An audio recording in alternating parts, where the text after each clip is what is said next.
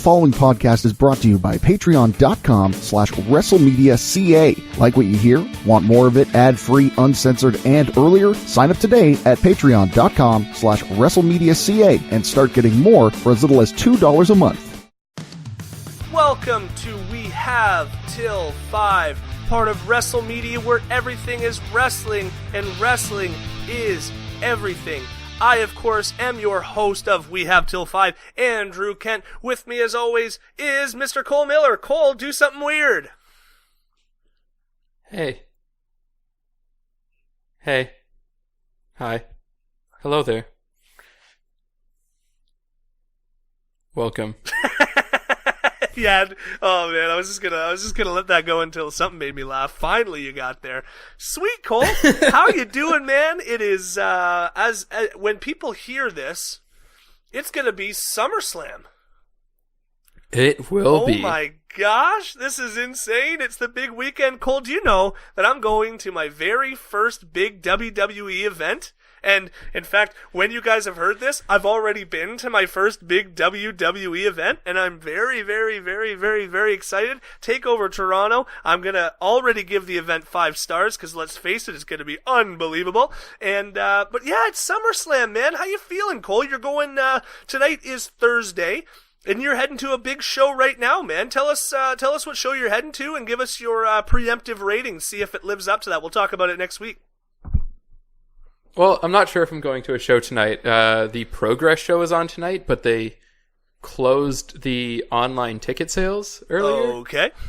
Before I got a chance to get one. They said they'll be available at the door, but I don't know how much they are, so still trying to decide if I'm going to go see Progress. I would like to go see the Dark Order and Walter and a bunch of other guys who I'm excited to see, but we'll see that. But hopefully I'll also be able to head out to the Smash Wrestling Super Showdown, which will be tomorrow night. You're such a wrestling dork now, man. I wish I lived in the big city. I wish I lived in the city so that I could take part in SummerSlam weekend the way that you can, because I'm just going to have to head down Saturday morning and then, you know, take over on Saturday. I'm going to have to head home Sunday. So you're just getting to live the big...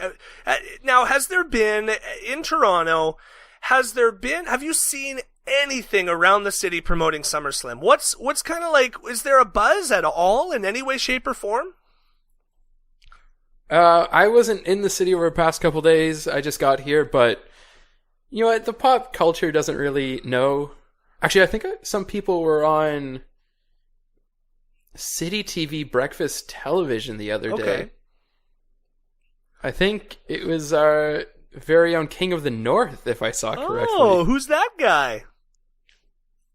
Everybody should know who that guy is. That's Carter Mason. That's my boy Carter Mason, the very first King of the North up here in Northland Wrestling.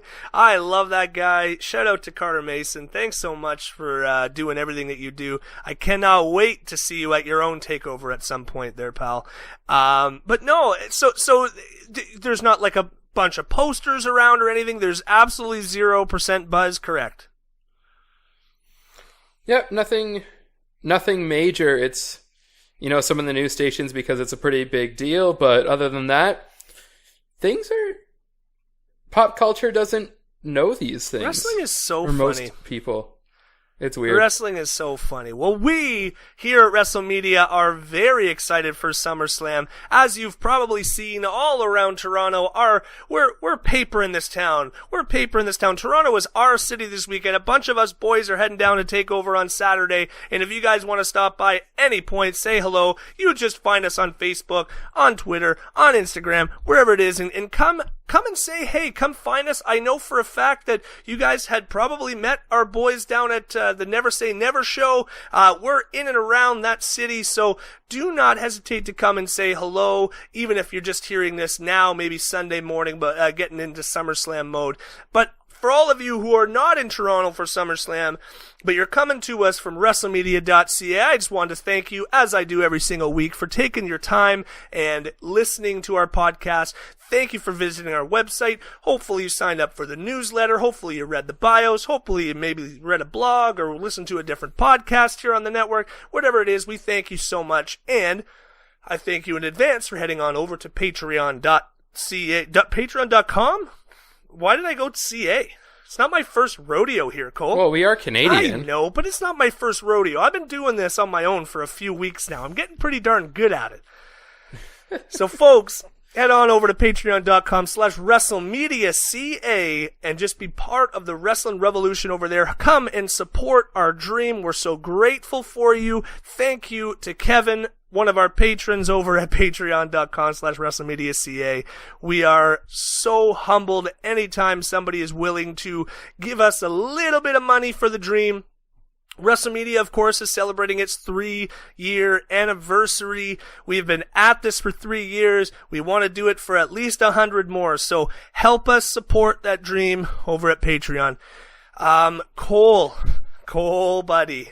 So we've seen some people coming up. I'm gonna say up from the they're going up. Going up in the world. Up from the main roster onto NXT. We've seen Apollo Crews, we've seen Tyler Breeze, and most recently we've seen Fandango and Killian Dane. Don't forget about Killian him. Dane. I don't count in the same manner though, and I'll explain why. And the best part is this is not a segue we planned, but it actually played into how I built my list this week. So this week we are talking about my top 5 wrestlers who would greatly benefit from a stint back in NXT, or maybe in NXT for the very first time.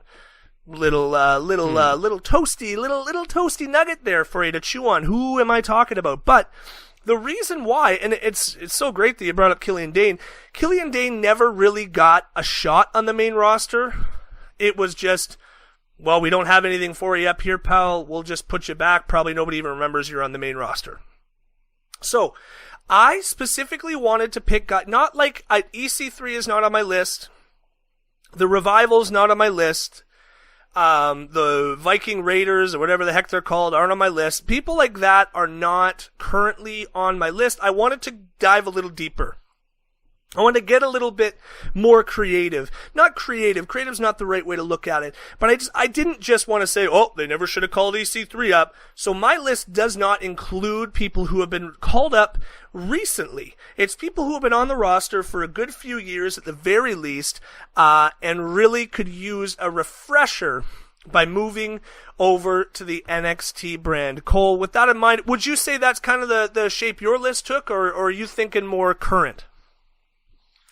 That's not really how my list took. I took more of the people who I wish weren't called up recently. Interesting. Okay, great. So we're almost doing 2 separate lists at this point, which is... Yeah, you won't have a lot of the people who are on my list. I doubt. Honestly, I doubt I will have any if I'm being completely honest. So let's start right off. We'll just, especially if there's going to be likely no overlap, maybe we'll just do our list at the exact same time. So I'll start us off at number 5, and then I'll pitch it to you after that, my friend. So I'm going to start at number 5. I'm going to go Bo Dallas.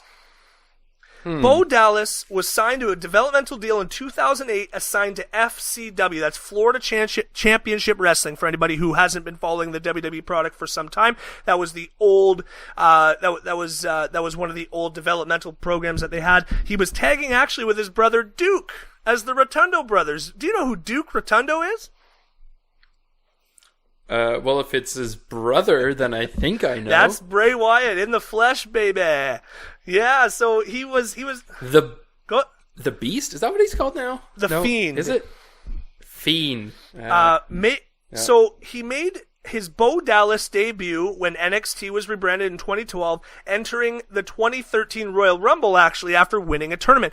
Cole, you probably don't know this, or maybe you do know this because, you know, we've done a little bit of a deep dive, but Bo Dallas was no joke in NXT.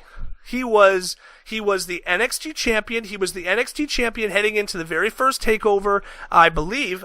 Don't quote me on that, but I'm fairly certain that it was him and Adrian Neville in a ladder match at the very first takeover. The first official, like, kind of big show feeling takeover. It's just, Bo Dallas has floundered ever since coming to the roster in 2014. He had the Bo Leave angle, which I thought had more legs than they really ever gave it. Pardon me. But he also was part of the Social Outcast, which I know that you and I specifically really enjoyed. Oh, that was great. Remember, I've enjoyed most of what Bo Dallas has done, actually. He's part of the Miztourage, and now obviously he's part of the B team, both with Axel, Curtis Axel, and really his only accolades to show is he was an NXT champion, and he was recently a Raw Tag Team champion. And Bo Dallas is no slouch. He's no slouch in the ring, and he's no slouch on the mic. He's no slouch in any way, shape, or form. And I really think that if there's anybody, that really deserves a refresher, that's a guy that I would love to see head down to NXT and kind of get his legs back under him. Does that make sense? Yeah, it does. Do you have anything to say about Bo Dallas? Because I know we got a bit of a double list, so we don't have to spend a ton of time on anybody per se. But I mean, Bo Dallas, I know you're a fan of Bo Dallas. I know for a fact because we both popped hard every time the Social Outcast came to the ring. We loved those guys, man. They were the best. Well, he's hilarious, and he's also a super weirdo, which is something else that we don't need to get into. Lizard people. If anybody's interested, go look up Bo Dallas's interview on Talk Is Jericho. You won't regret it. You really won't. Or maybe you will if you like Bo Dallas, so you don't want to find out that he's a total freaking whack job. All right, Cole, who do you got on your number 5? Because it looks like we built completely different lists, which I'm very excited about. My number 5 is one mustachioed person who they've just ruined him. It's Bobby Roode. I almost called him Robert Roode, which would have been unfortunate. Yeah, Bobby Roode or Robert Roode, whatever you want to call him, he was definitely on my radar. But again, I kind of decided that I was going to dig a little deeper, and not. I'm certainly not disappointed that you didn't. It means we're going to get to talk. I'm just not going to have very many, if any, honorable mentions, to be honest with you. But I think that's a great call. Kind of give us the lowdown on Bobby Roode and why his call up has been so unfortunate. Well, Bobby Roode was hot. I don't know. You definitely remember when he debuted in NXT. Absolutely. Like he was the biggest thing. Everybody was singing his entrance music. He was all over that. It was great. And then he got the title once, didn't he? NXT title, yeah. Yeah, but it wasn't for very long. It was a brief run. It was definitely a brief run. But I think it was one of those people who he got the title, Vince saw that he was hot, and then just said, okay, well, you need him here now. Kind of going along, like, the people who are on your list, when Vince loses his faith in somebody, then they're gone to him. He doesn't believe in recreating people after they've been buried. So they brought up Bobby Roode to fill in one of these spots, and then made him Robert Roode.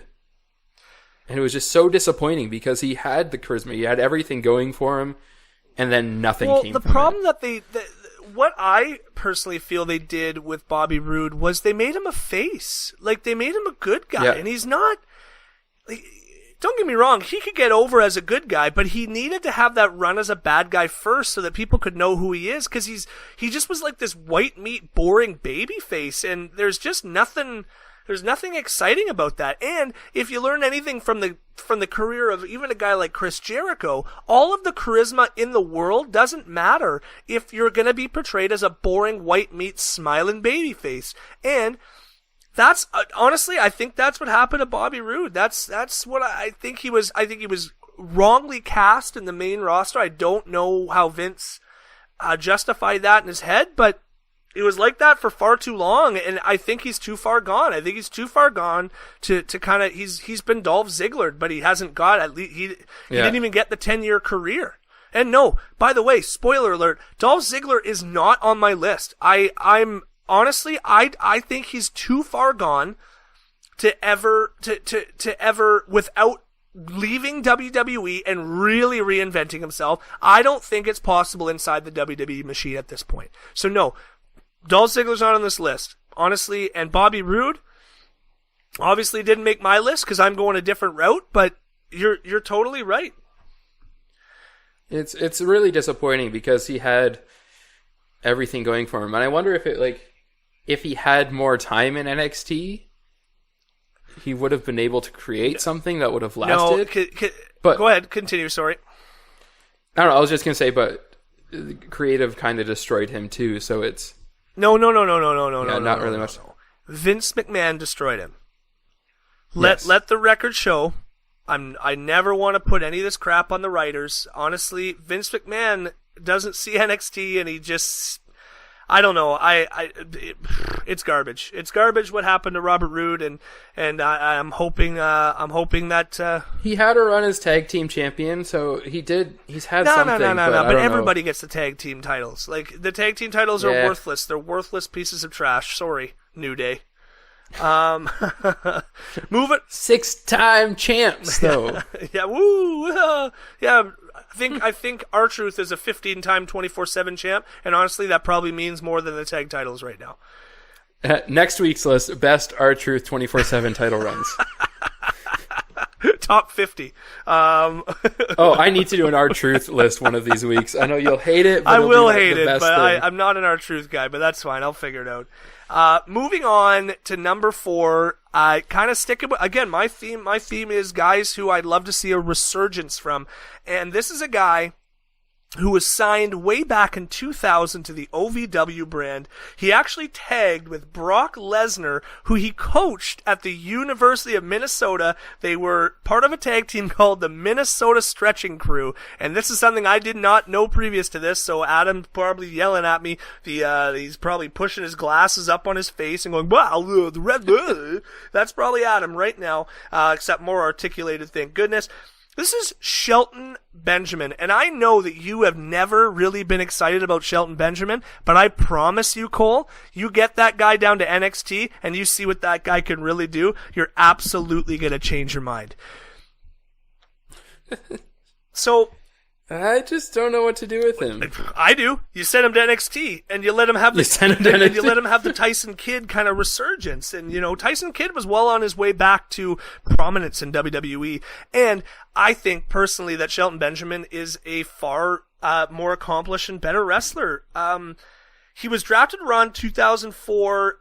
He debuted as the world's greatest tag team with Charlie Haas in 2002. Drafted around 2004, feuding with Evolution. He actually defeated Triple H 3 times. Once by pinfall, once by countout, once by DQ. It looked like there were some big things on the horizon for this guy. And then just like what sometimes happens, honestly, it happened to Kofi Kingston for many years before he made it to the top of the mountain.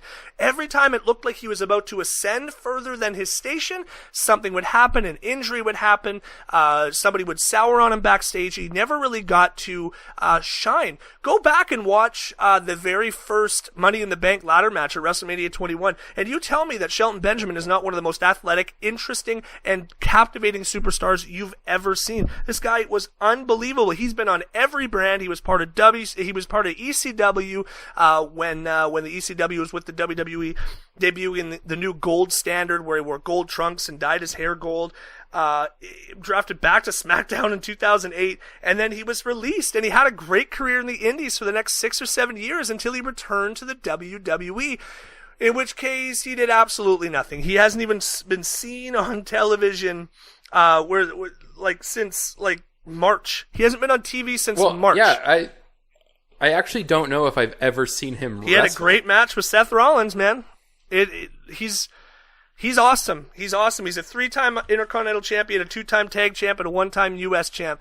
I promise you, you get this guy down to NXT, you're not only going to gain a great coach and a great mentor, but you're going to gain an unbelievable talent, and I'd love to see this guy kind of run roughshod over NXT, playing the grizzled veteran card, and hanging on to that NXT title for some time. Yeah, it's... I know that you don't have much to say on Shelton Benjamin, so if you don't have to, but if you got any closing what thought, about NXT would benefit him? He would actually be a top guy where where I genuinely think he deserves to be. And it focuses, because one of the things that held him down a little bit in WWE was the guy doesn't have a ton of charisma. charisma matters a whole lot less in NXT. You know, it's great if you got it. Like, Matt Riddle doesn't have a ton of it, I don't think. You know, maybe he does in his real life, but I don't love his promos. Oh no, he's the worst. You know, we've already talked about Johnny Gargano not having a ton of personality, not being the best on the stick, but he's one of the most beloved NXT wrestlers. I just think that his style and his attitude suits the NXT a lot better. And I think that it would be a great resurgence for him, a chance to really headline and have some big time matches in front of hot crowds. Yeah, you might be right there. It would be interesting. All right, who do you got at number 4? I have Nikki Cross. Nikki, yeah, they're kind of pulling her into the dirt on WWE TV right now, eh? I don't know what to do right now, because she never actually got a run in NXT. No, of course not. She had, I think, 3 or 4 matches at TakeOver.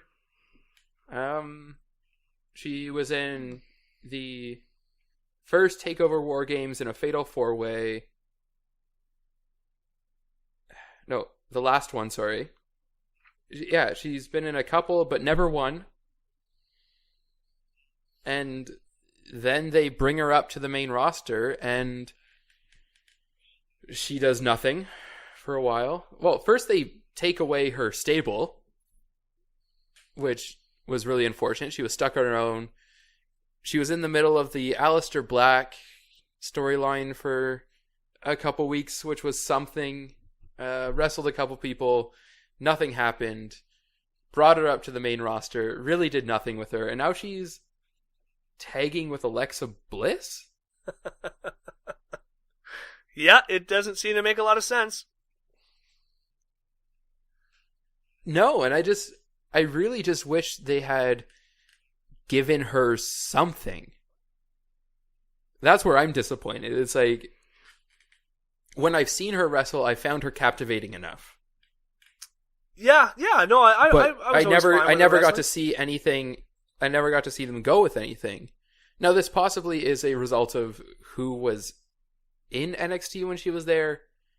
You had Asuka, you had Ember Moon, you had Shayna Baszler, but she just never rose up to actually be somebody of prominence in the company. Yeah, I would agree. Which is just really unfortunate, because I think there's opportunity for stuff to happen. No, for sure. I completely agree about Nikki Cross. I think that she's sort of got the short end of the stick since coming to the main roster, and it is unfortunate, and she would definitely, especially, I mean, not only in this case. No, that's not to say that NXT wouldn't benefit from having any and all of our, the 10 people we're going to talk about today. But I think the women's roster in NXT really needs a Nikki Cross right now, because, again, keeping in mind that we're coming to you on Thursday before TakeOver, so I don't know what happened, and I'm sure they're going to have a great match. But Mia Yim is not exactly like a top tier competitor for Shayna Baszler.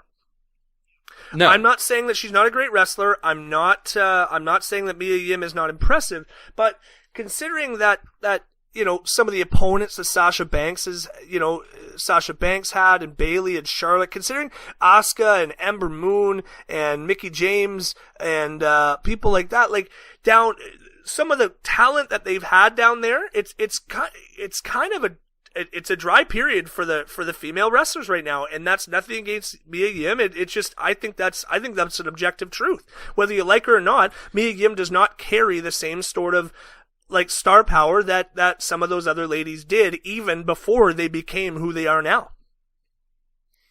Well, they definitely just raided that division this past year. Well, they have, and it's really they have two women's divisions and a pseudo women's tag team division to have up, in the main roster. So it makes sense, but it's unfortunate. Now you have Candice LeRae. Yeah. Which I would like to see more of her. They've certainly never used her properly. Oh, definitely not. You have Io Shirai, which hopefully should be an interesting match this week. I'm excited for that one. Who even is still in the women's division at the moment? Sounds like that's about it to me. Aaliyah, Bianca Belair, she's still there? I think so. They're not doing anything with her right now. Or is she going for the title again? I don't think so. No, you have Dakota Kai. And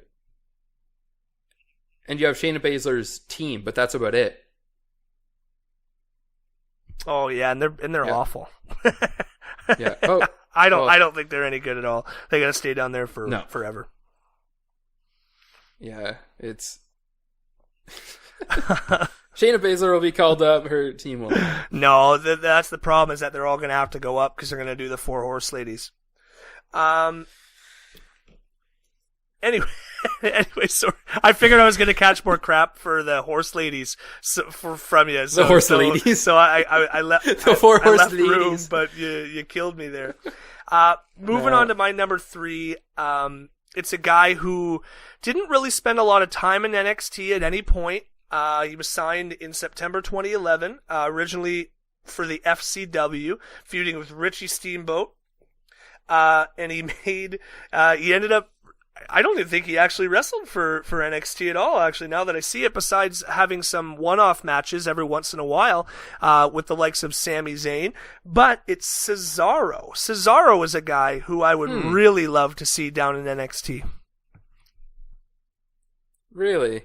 Why really? You don't like Cesaro either, do you? No, I like Cesaro. That's why I'm confused, because I think he's doing interesting things. Maybe right now it's starting to look up a little bit, but the guy's been he's been a tag team wrestler for 3 years now? Now, do you just want to see him tag with Cassius Ohno again? No, I hate Cassius Ohno now, man. He's the worst. He's the freaking worst. I honestly... But he's the wrestling genius. Well, frig, he's never impressed me in WWE, man. Let me tell you, I don't know what all this buzz about Chris Hero on the Indies was, because Cassius Ohno has never been on my radar. Kings of Wrestling, I saw them wrestle one match. You know what? Interestingly enough, it was against the world's greatest tag team in ROH, Shelton Benjamin and Charlie Haas. Was a really good match, but I don't remember anything Chris Hero did. Cesaro's a guy who I just think has so much more potential than the WWE is really doing for him. Now, I'm not saying he should be world champ, and maybe they're gonna correct this. Maybe this one right here isn't as necessary, and that's why he's not my number 1. But I wanted him to be, because Cesaro's a guy who I think has been underperforming in WWE since coming along. You know, he kind of started out strong in 2012, becoming the U.S. champ, you know, winning the Andre the Giant Battle Royal, the inaugural champion of that.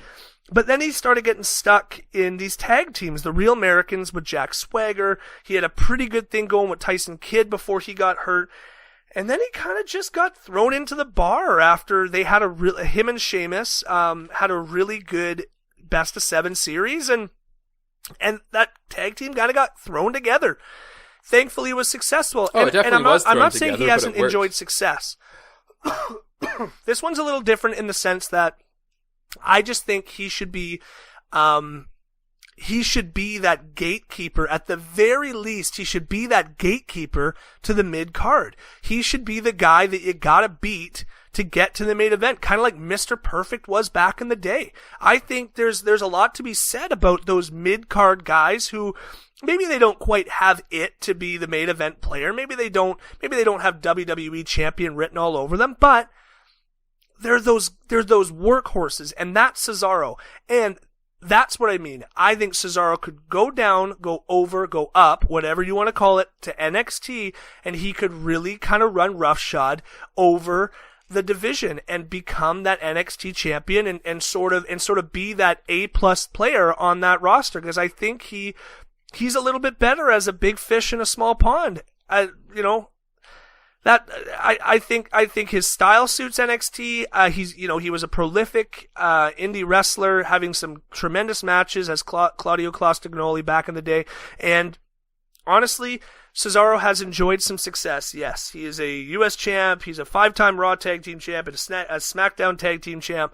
But at the end of the day, I think that he's been underutilized, and I would love to see him sort of have that resurgence in NXT. That being said, they have been doing some stuff with him recently in 2019 here, so maybe I'll have to eat these words, but I still think that he's going to probably end up back in the tag team division once it goes a certain length, and that's disappointing to me. Yeah, we'll see. We'll see how this whole thing, I guess his thing with Aleister Black goes. We'll see who comes out on top during that one. Well, it should be Aleister Black. It will be. Well, like it should be. I will not. Yeah, it should be. But again, where does that put a guy like Cesaro? Right? I'm not. Yeah. No, we'll see. We'll see what comes of it. We'll see. But as of this recording, I'm unconvinced, and I really think that Cesaro would be better off having sort of a career resurgence in NXT. Yeah, we'll see how it. Yeah, I can see that going somewhere, especially in a brand where charisma and mic skills aren't as necessary. Yep. The language barrier is has been a real issue for him. But on the I don't think it should have. He speaks fine. No, I agree, but I'm from the perspective of the company, Vince McMahon, they prefer. Yes. They prefer people who have He prefers people who have an American accent. Yeah, sorry. I'm just really Vince McMahon is not my favorite person in the whole world, so just I'm with you on that one. All that crap makes me mad. That was my political way of saying that he doesn't like any other culture, but Hey, this is a commercial for patreon.com/WrestleMedia.ca, where you can get early access to episodes of your favorite WrestleMedia shows, get full uncut and uncensored versions of your favorite shows, and more. Don't want to hear this commercial on your podcast anymore? Sign up at our main event tier and get these episodes ad-free. Want to hear your own commercial here instead of ours? We've got tiers for that too. Visit patreon.com/WrestleMedia.ca and join the WrestleMedia revolution today. Oh, gosh. All right, man. Who you got for number 3 before we get ourselves in trouble calling... continue. Yeah, so number 3. Number 3, actually, I just realized, never was an official member of the NXT roster. Okay. I started out in the Cruiserweight Classic. Okay. And this is one Cedric Alexander. I think you're too soon on Cedric, but I don't disagree. But I think this is the first one of yours that I kind of have to needle at a little bit, because I think that he's just got called up and they're doing some stuff with him. Oh, no. Well, he got called up right after the Cruiserweight Classic. No, I know, but he spent the time on 205 Live, and that's been fine. But he's been one of those guys. He's gonna get the Ali treatment, and but what came from that? Well, nothing yet. But Ali, he got injured, man. The cardinal sin in WWE is to get injured, man. But I don't know, Cedric Alexander. He only started wrestling in 2010. Sure. So he's pretty green to the industry. He was green when he came to the Cruiserweight Classic, and I think he would have benefited. Now, there's the opinion that it doesn't matter if you're in NXT or not. If you are in NXT, then it's probably going to ruin your career, because that's how Vince McMahon works for some reason. But I think that he would have benefited from a run in a brand like NXT, where he would have been able to work on his in-ring ability and his mic skills and all of these things. I also just want to see him wrestle more, and that's also part of it. I think it would have been interesting to see him wrestle with Bobby Roode and Johnny Gargano and all of these people who have gone through in the past couple of years. No, I completely agree. Cedric Alexander is an unbelievable talent, and I think he's got it. I think he's going to be fine in the main roster, in which case, I mean, I'd rather, I'm never going to say, as much as I'd like to see AJ Styles wrestle Adam Cole or, these guys who are still on the NXT roster, I'm never going to say that AJ Styles would benefit from going to NXT. NXT would benefit from having AJ Styles, but not so much the man himself. Cedric, I'm going to reserve judgment on that, but I think it's a little bit early to tell with Cedric Alexander. I don't disagree. NXT is tremendous wrestling, and I'd love to see Cedric versus all of those guys. But when it comes down to like guys that would specifically benefit, I'm not sure I can agree with you in the sense that I think it's too soon to tell, and it looks like they're going somewhere with him. He's what, like the main event? He was the main event this week almost. He's right in there, right? Yeah, he's done a little bit but he was also in the 24/7 run. Well, yeah, no, you're right. So, like, I don't know, he's kind of in that, we'll use him when we need him, but also you're pretty much nothing. Because he's not really in the run for, he lost the Cruiserweight title in 2018. At Super Showdown, he lost to Buddy Murphy, and then nothing has really happened yet. Sure. No, I agree, man. I'm just might be too soon to tell for that guy. He just got called up officially. You know what I mean? Yeah. As for my number 2. We were talking a little earlier about this one's mostly here, not so much. No, it would benefit them very much, if only to really rekindle some passion that's been missing, but also bolster the women's division down in NXT, as we said, and having some of the greatest women's wrestling matches in the history of the business. I think that when Sasha Banks returns, and she will. I think it should be for NXT, and she should show up with a chip on her shoulder. Just come to destroy everything. Come, heal it up, destroy the beast from within. Really draw from some reality, and talk about how this is where the actual talent is. This is where people actually get to be themselves. Up, blah blah blah blah blah. But Sasha Banks sort of making her way back to Raw or SmackDown, but coming first for the NXT title and really running roughshod over there, for me, I think would not only benefit the company storyline wise, but it would benefit Sasha Banks career wise. And I would just love to see the boss kind of show back up and really rekindle that real life passion that she's been missing for the business ever since dropping the women's tag team titles back at WrestleMania. Yeah. Yeah. I really don't have too much more to add on Sasha. I think that makes complete sense, and it's an easy number 2 for me. It's somebody who is really hurting and somebody who needs a career resurgence for sure. Trading the WWE women's title back and forth with Charlotte. She hasn't had a compelling storyline or feud in a while. The weird back and forth with Bayley on the main roster was kind of garbage. Those two had an unbelievable feud in NXT. Yeah. And I don't know, but then there's also, I've heard that she has a fairly bad attitude about the whole thing. Yeah, fair enough. So, like, how much of this is just her, and she's just not good to work with, and does that cause problems? Well, you didn't have a problem with her until recently, so I don't know. I'm not backstage. I don't have the inside scoop for you, but yeah.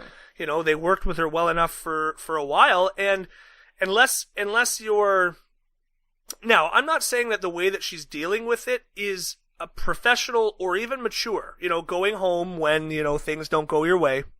But I completely understand and agree with why she's frustrated. Yep. Those tag team titles were a big deal right up until the moment they weren't.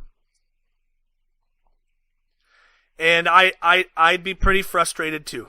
I'd be pretty angry, and I'd want to do something about it. And I think that once she kind of gets off her high horse, once she kind of gets back into business mode, she can see that there's something to be made from this, and there's character development to be had. And I think the place to start would be NXT. Yeah, I can see it. No, but maybe she would see it as a demotion, which might cause some problems. I don't... So I think a lot of other people on your list would benefit, and they have the humility to be able to do it and would enjoy it. I'm not sure I see that with her. I think Sasha Banks' last conversation in the middle of an NXT ring with the women's title, with the women's tag team titles around her waist, I think suggests otherwise. I think she'd feel at home.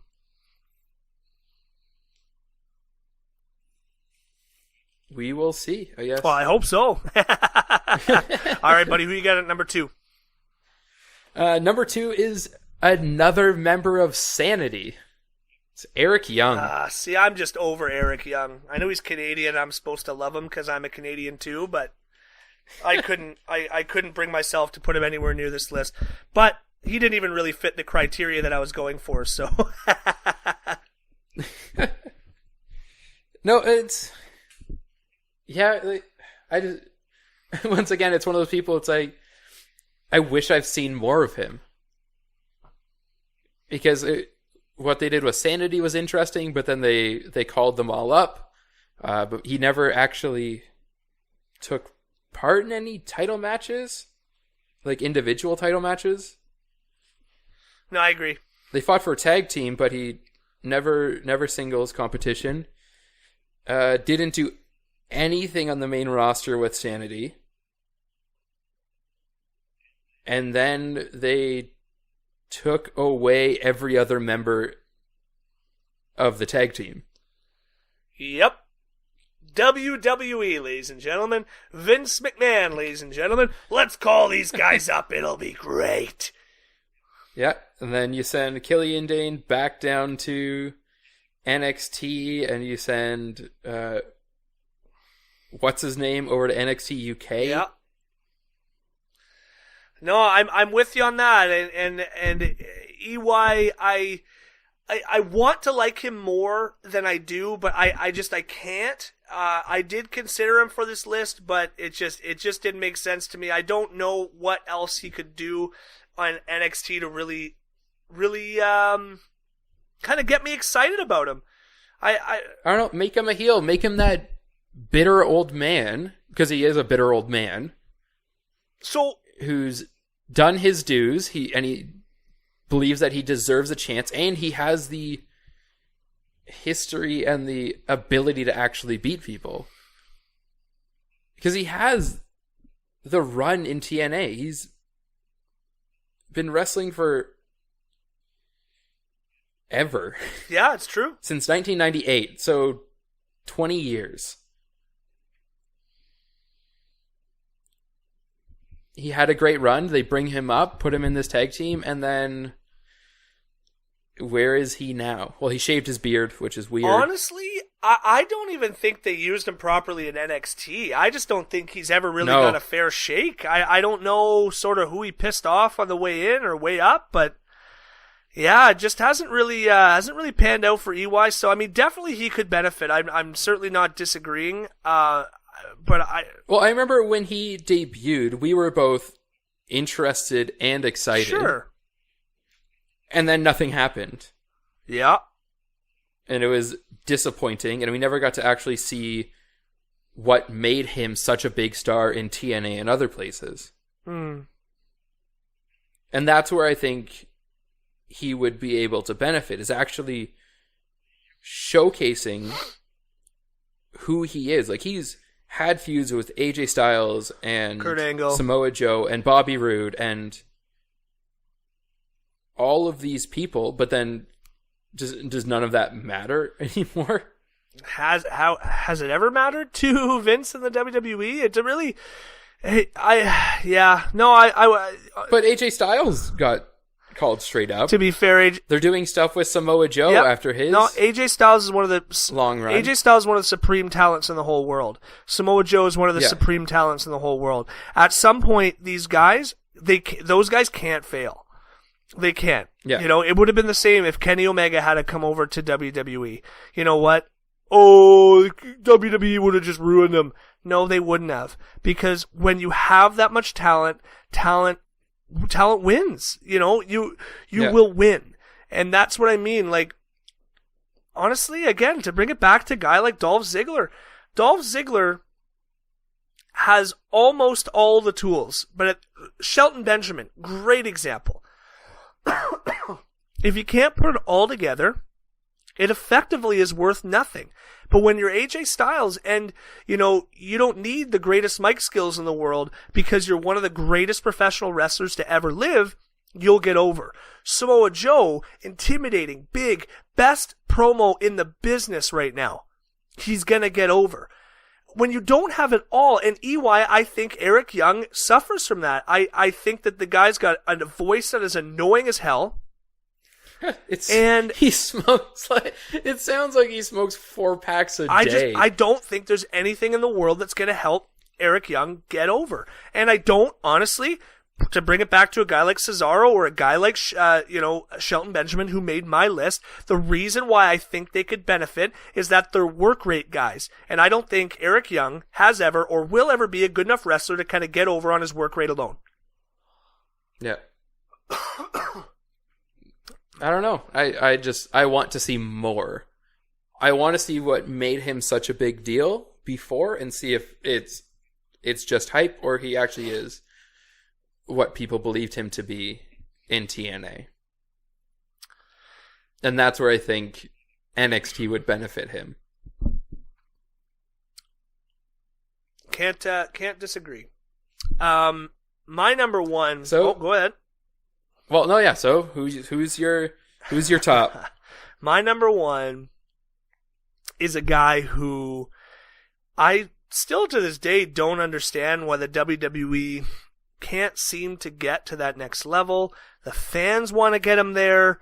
He's a decent enough wrestler. He maybe doesn't have the greatest work rate in the world, but he's a decent enough wrestler. He's big. He's imposing. He got squashed by John Cena one too many times, I think, to ever be taken seriously on the roster. But if he went to NXT and ran the absolute gauntlet, I think Rusev would really, really, really, really, really benefit from a stint in NXT as the top, tippity-top guy. How's that make you feel? Well, I've never been over on Rusev. I don't know, maybe it's Not even the Rusev Day stuff. Like he didn't show you that he didn't show you that he has some next level charisma.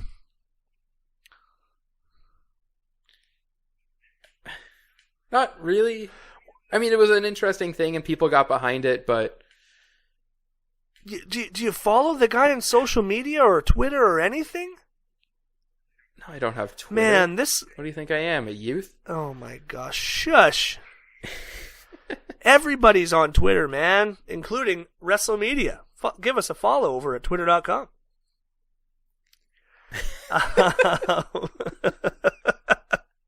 No, but I know you've never been super hot on Rusev, and that's exactly... But Twitter shows nothing to me. Like, sure, you can be cool, you can do all this stuff on social media, but if you're not able to handle yourself in the ring, then what's the point? But I think he is. I don't know exactly what your problem with like the Rusev Day stuff is. I think he showed some next level charisma, some next level creativity. He was able to take something so goofy and get it over. You know who else was able to do that? Daniel Bryan. You know, the yes chance he got over. It's the stupidest thing in the whole world when you really get down to think about it. You know, the New Day, everything they did to get over was stupid and dumb. Their entire gimmick is based on pancakes. Oh, I still hate that. Honestly, It was cereal, now it's pancakes. I wonder what's it going to be next. I don't care. Hopefully nothing. Hopefully they just break up pretty soon and Big E knocks Kofi's head off his shoulders and gives us a real main event. Yeah. But I think Rusev, if you bring him to NXT and he can show you exactly why he's entertaining and he's a decent wrestler, and I think he puts all of the boxes together, and I really don't understand why they haven't been able to get him over to the place where the fans want to get him. Like, there's no denying that when that whole Rusev Day thing blew up, they wanted it. The fans wanted it. Why not give it to him? I don't understand.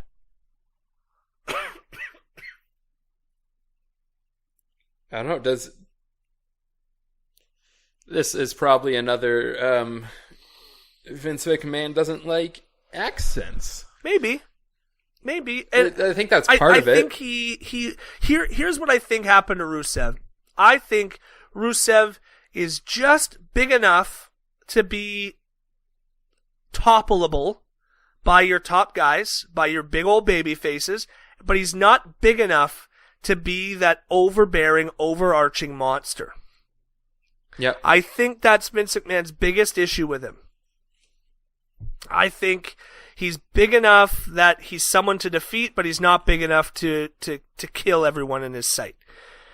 And I think not only would he have the size for the NXT roster, but I think that his charisma would get him over to... Honestly, I think if Rusev left the company tomorrow, he'd be a gigantic star in AEW.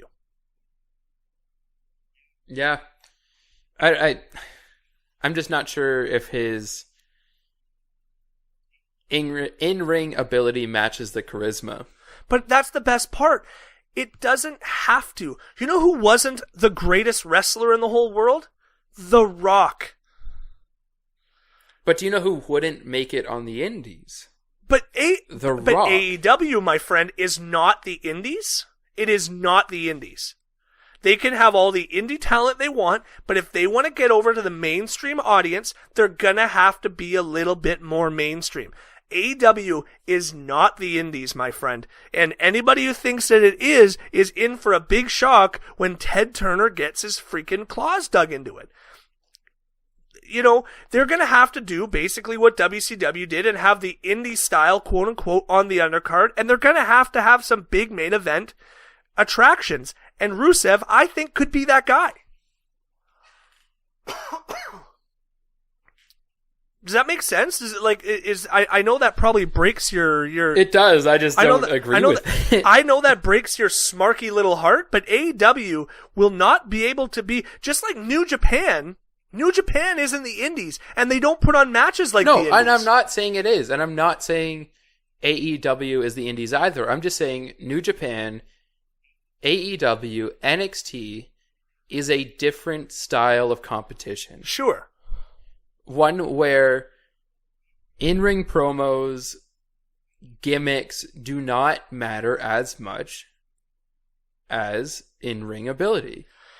AEW will not survive in America if they do not take on some of the sports entertainment aspects. It will not please the audience of it. It won't be able to hold the attention of everybody if they don't do it. I agree that, but I also don't think they're going to go to the same extent of WWE where... Of course not. Rusev is able to somewhat flourish. Interesting. I just think he's all gimmick and no substance. Man, I don't know. I've seen enough bad botches from him. I think pretending to hit the ring a foot away, and like I just don't think it would work. Oh man, I really hope we get the chance to see, because he's my number one, man. And I'm sticking by him. I'm a big Rusev guy, and next time you talk to Jeff DeHaan, you let him know how much you hate Rusev, and we'll see how long you survive, kiddo. All right, who's the smarky number one that you just can't wait to go and hold hands with Kenny Omega and AEW, the indie freaking promised land? I never said any of that. All right, who's your number one? Following kind of the theme of people who I didn't get to see enough of in NXT, I think there's really only one option, and that's EC3. Boo! I was hoping you were at least going to drop Drew McIntyre on me. No, because I think Drew McIntyre is actually doing stuff. Wow, we'll see. He has the size and the ability to be good on the main roster. But come on, EC3 had the indie background, the whatever you want to call it, to be regarded as an option for WWE. He came in, people were excited. He wasn't in NXT very long. Nope. Didn't do much. Went up to the main roster and is then squashed by R-Truth. Pretty sad. It's yeah. And have you seen the side-by-side comparisons of his entrance when he first started versus his entrance now? No. So everybody should go look it up because it's funny, but it's also really sad because when he was first called up, he was excited and his gestures were large and his facial expressions were big. And then in his recent entrances, he just looks depressed. He doesn't want to be there. He kind of raises his arm to point at the screen, and he raises his other arm to point at the screen, and he turns around, and then he just walks down to the ring. Look it up. He's been ruined by the company. And it's just a person who, similar to EY, but more so than EY, there was hype. I want to know what that hype is. Yeah. No, I agree with you on that because EC3 has never really excited me. It didn't excite me when he was in WWE the first time. He didn't excite me when he was in TNA. I wasn't really that excited for his debut. He's just never going to be one of my favorite guys. And where I do agree with you on it is he didn't really get a fair shot, and I genuinely no idea why they called him up. No idea. Yeah, they called him up to be I don't even know. Yeah, it makes no sense to me why they called him up. And in that sense, yeah, definitely he could greatly benefit from NXT for sure.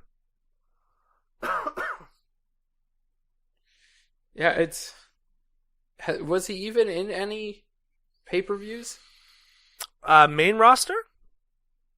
NXT. He debuted alongside Ricochet in that very first North American title ladder match. I guess that would ruin your chances of things. Yeah. If your debut is against Ricochet, you're going to lose. Well, he was in the and nobody's going to notice. He was in the 6-man, right? I think it was Velveteen Dream. Maybe it was definitely Adam Cole because he wanted Adam Cole, Ricochet, EC3. I can't remember who else was in that match, but yeah, I mean it was a pretty big deal, and he had a pretty good showing in that match, But yeah, the WWE's kind of just been a death rattle for him, and I don't really know why. I don't really get it. While I'm not the world's biggest EC3 fan, I also don't necessarily see why he's been kind of got the rap that he has. But yeah. Anything else to add on EC3 before I take us home, my friend? Yeah. So yeah, you were right. He debuted in the 6-man ladder match. I know. Yeah. I know, man. But yeah, it's like what we talked before, somebody who debuts at the Royal Rumble. What's the point? Yeah. Unless you win. Yeah. Well, nobody's going to remember you. Well, except if you're AJ Styles. I don't know. I don't know if that's totally true, but I can see the logic behind it for sure. Gosh, what a kind of sad, depressing list a little bit. But I think we talked a lot of. I think you were totally wrong about Rusev, and I think we had some pretty good conversation over the last hour here. Did we just have our first fight? No, we didn't have our first fight, man. We have. Okay, you also got to remember that I'm part of this show, and I honestly go back in the archives at WrestleMedia.ca and listen to all the times that I've been absolutely yelled at. Adam used to hulk up on me every single week. Go back and listen to the best 80s themes. Listen to that guy just absolutely rip me to shreds for not saying that Hulk Hogan's music was the greatest of all time. So that was a very mild fight than what people are used to on We Have Till 5. I guess it was our first true disagreement, though, and the one that you were the most grossly wrong on, I believe. So that's not true. So that's kind of like the top 5/top 10 people who either shouldn't have been called up or people who should be brought back down to NXT to sort of resurge their careers. So if you have any input at all, listeners, feel free to hit us up on Facebook or Twitter, of course. Not Cole, though, because he's too good for Twitter.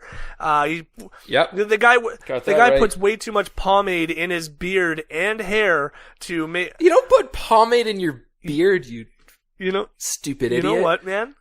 I need you to believe it because it's going to sound like a cover-up. I said that just to trigger you, just so that everybody could understand what I'm working with here. You stupid idiot. Yes, stupid idiot! Oh, I missed that. Yeah, we're not going to see that again. No, you never have to, man. You just go back on the network, man. Jericho, you'll see it again someday. Jericho will absolutely be back in the WWE at some point. Probably not as a wrestler. Probably not wrestling. I think his career as a wrestler will be done in WWE, but you'll see him back there again sometime. If only for those reunion shows that they're going to do someday. 100%. So yeah, that kind of wraps us up on the top 5 NXT call-ups that shouldn't have been, whatever. I don't know. We kind of did a weird episode here, Cole. I'm kind of excited about it. I think it's a pretty rad episode. So hit us up on Twitter, hit us up on Facebook, wherever you like. Kind of give us your... Let Andrew know how he's wrong. Let me know how I'm right. Oh my gosh. And that's that. Jeff Dehan is going to punch you in both of your testicles when he sees you. I just hope you understand that. He's gonna punch. Fine. He's I don't need to give you... him his ticket to NXT. Don't you dare take Jeff Dehan's tickets away. I will not. Oh my gosh. No, then he's going to punch you in your face and testicles, and it's going to totally suck. All right, folks. Thank you so much for listening to this week's episode of We Have Till 5. We'll catch you here next week, the same time, same channel, here on WrestleMedia.ca. Thank you so much for listening. But when it comes to the absolute 5 people who I would love to see brought back down to NXT to revive their careers, I've been Andrew. That's Cole. And we're breaking the hold.